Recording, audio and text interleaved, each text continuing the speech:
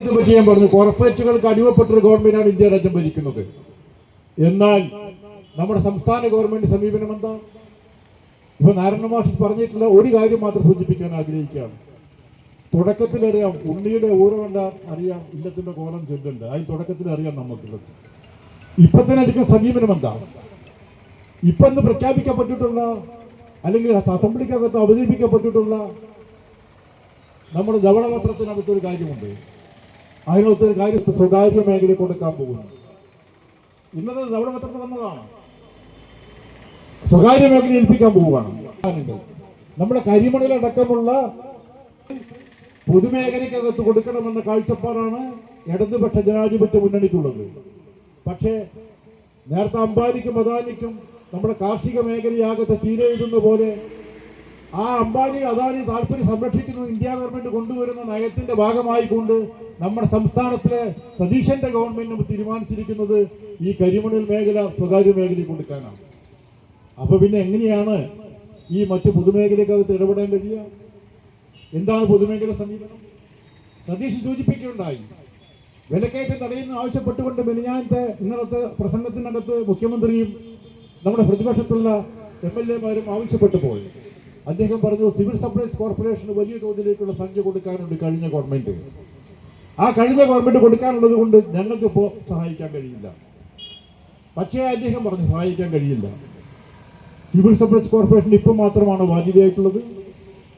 Civil supplies corporation ബാധ്യതയുള്ള സമയത്തല്ലേ ഓണവും വിഷുവും പെരുന്നാളൊക്കെ വരുമ്പോൾ ചന്ത നടത്താറ്, സ്പെഷ്യലായിട്ടുള്ള രൂപത്തിലേക്കുള്ള ആനുകൂല്യം കൊടുക്കാറ്. ഇപ്പൊ കേരളത്തെ സംബന്ധിച്ചിടത്തോളം രൂക്ഷമായ വിലക്കയറ്റത്തിൽ നിൽക്കുന്ന ഒരു ഘട്ടമാണ്.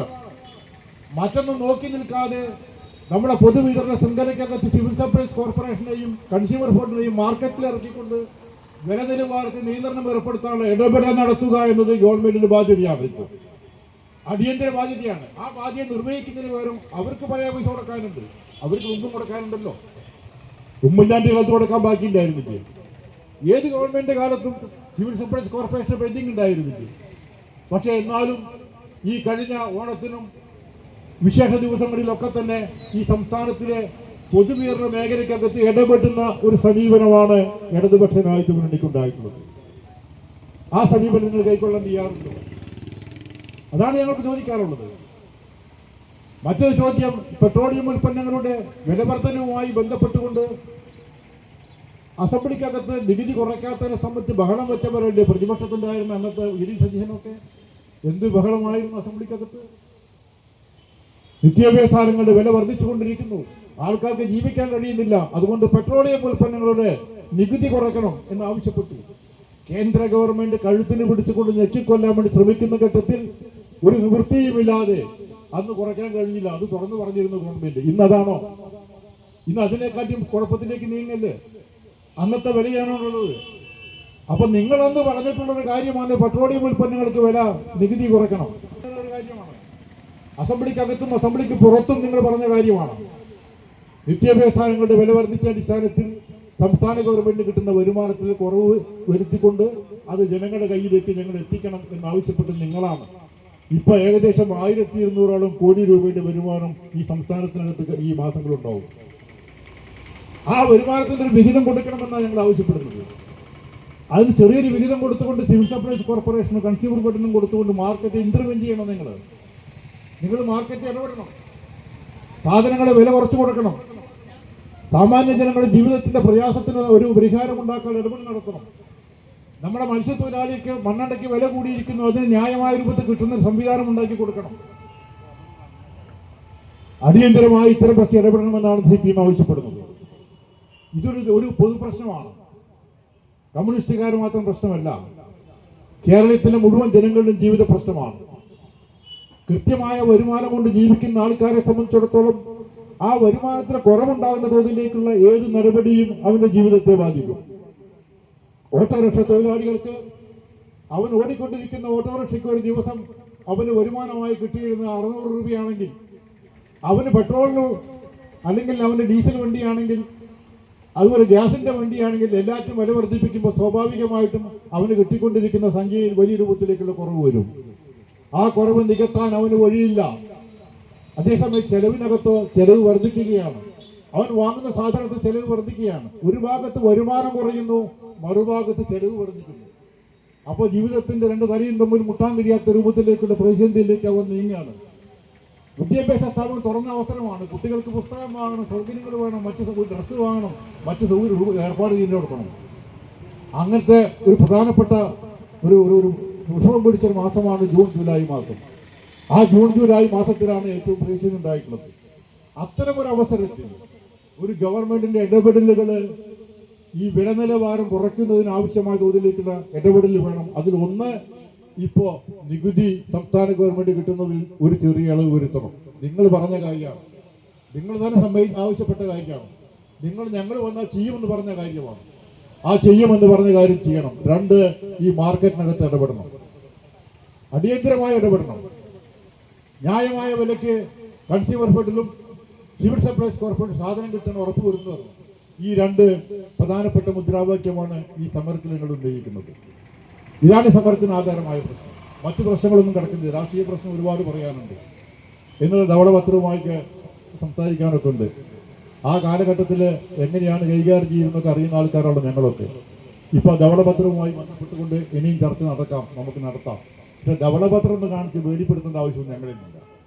ഇതൊക്കെ മുമ്പ് കണ്ടതാണ്. പക്ഷേ ക്രമവിരുദ്ധമായി തെറ്റായ രൂപത്തിലേക്ക് ധവളപത്രം അവതരിപ്പിച്ച് ഇതാണ് സത്യം എന്ന രൂപത്തിൽ കൊണ്ടുവരാൻ ഇവിടുത്തെ പത്രങ്ങളൊക്കെ ഉപയോഗപ്പെടുത്തിക്കൊണ്ട് നടത്തുന്ന ശ്രമം ഇപ്പൊ പൊളിഞ്ഞുകൊണ്ടിരിക്കുകയാണ്. നമുക്കറിയാം. ഇപ്പൊ അവർക്കിത് സമ്മതിക്കേണ്ടി വന്നു.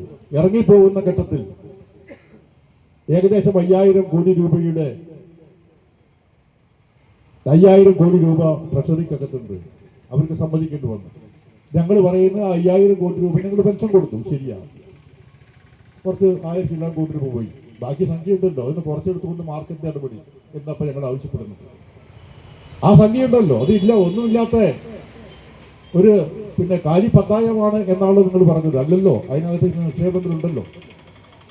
അപ്പൊ ധവളപത്രത്തിനകത്ത് പറഞ്ഞിട്ടുള്ള വസ്തുതാവിരുദ്ധമായ കാര്യങ്ങൾ, ക്രമവിരുദ്ധമായ കാര്യങ്ങൾ, നിയമവിരുദ്ധമായ കാര്യങ്ങൾ ഈ രാജ്യത്തിലെ സംസ്ഥാന ഗവൺമെന്റുകളുടെ ഏത് അക്കൗണ്ടും പരിശോധിക്കേണ്ടത് CNAG ആണ്. ആ CNAG അറിയിച്ചുകൊണ്ട് മാത്രമേ ഏത് ധവളപത്രവും ആരും പുറത്തിറക്കുള്ളൂ. അതുപോലും ലംഘിക്കപ്പെട്ടിരിക്കുകയാണ് ഇപ്പോൾ ഈ ഗവൺമെന്റ്. ഞാൻ വിഷയമായി കിടക്കാൻ ആഗ്രഹിക്കുന്നില്ല.